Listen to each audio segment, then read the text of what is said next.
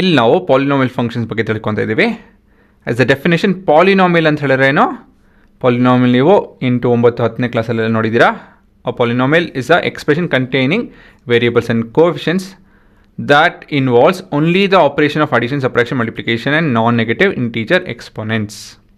ಅಲ್ವಾ? So definition of polynomial function ಏನಪ್ಪ ಅಂತ ಹೇಳಿದ್ರೆ, a polynomial function is a function that is defined as a sum of finite ಅಂತ ಹೇಳಿದ್ರೆ limited, ಒಂದು ಸ್ಟಾರ್ಟು ಮತ್ತು ಒಂದು ಕೊನೆ ಇದೆ ಅಂತ ಹೇಳಿ, ನಂಬರ್ ಆಫ್ ಪಾಲಿನಾಮಿಯಲ್ ಟರ್ಮ್ಸ್. ಆಯಿತಾ? A function f which maps real number to real number is set to be a polynomial function if for each x in R, y which is equal to f of x should be a expression something like this. ಅಲ್ವಾ? ನಿಮ್ಮ polynomial ಡೆಫಿನೇಷನಲ್ಲಿ ಕೂಡ ಈ ಥರ expression ನೋಡಿದ್ದೀರಾ, ಸರಿನಾ? So where n is a non negative integer, ಅದಾಯಿತು ಅಂದಮೇಲೆ A0, A1, A2 ಇವೆಲ್ಲ ಬಂದು it belongs to real numbers. It can be negative, positive, doesn't matter, but the powers have to be positive. ನೆನಪು ಬರ್ತಾ ಇದೆ ಇದು ಪಾಲಿನಾಮಿಯಲ್ ಡೆಫಿನೇಷನು. ಅದರ ಎಕ್ಸ್ಟೆನ್ಷನೇ ಇದು, ಅಷ್ಟೇನೇನಿಲ್ಲ, ಸರಿನಾ? ಸೊ ಇಲ್ಲೊಂದು ಪಾಲಿನಾಮಿಯಲ್ ಫಂಕ್ಷನ್ ಡಿಫೈನ್ ಮಾಡಿದ್ದೀನಿ, ಆಯಿತಾ ಹುಡುಗರ? ಸೊ ಇದನ್ನು ಸ್ವಲ್ಪ ಹೆಸರು ಚೇಂಜ್ ಮಾಡಿಬಿಡೋಣ.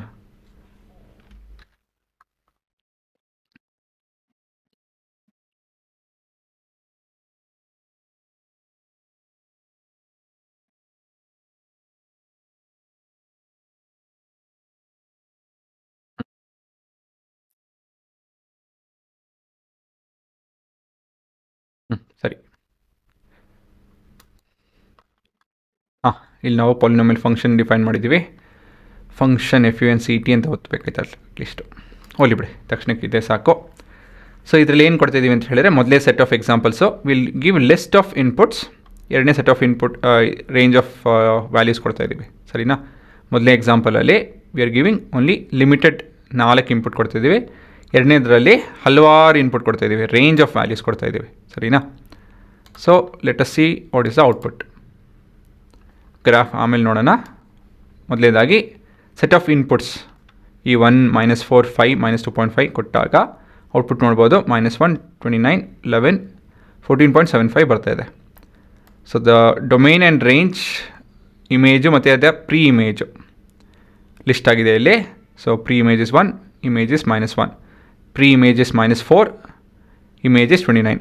ಈ ಪ್ರೀ ಇಮೇಜು ಪದ ಅಷ್ಟೊಂದು ಇಂಟ್ರೊಡ್ಯೂಸ್ ಮಾಡಿಲ್ಲ. ಪ್ರೀ ಇಮೇಜ್ ಅಂತ ಹೇಳಿದ್ರೆ ಇನ್ಪುಟ್ ವ್ಯಾಲ್ಯೂ, ಇಮೇಜ್ ಅಂತ ಹೇಳಿದ್ರೆ ಔಟ್ಪುಟ್ ವ್ಯಾಲ್ಯೂ, ಸರಿನಾ? ಸೊ ಈ ಪ್ರೀ ಇಮೇಜು 5 ಇದ್ದಾಗ, ಇನ್ಪುಟ್ 5 ಇದ್ದಾಗ ಔಟ್ಪುಟ್ ಏನಿದೆ 11 ಇದೆ.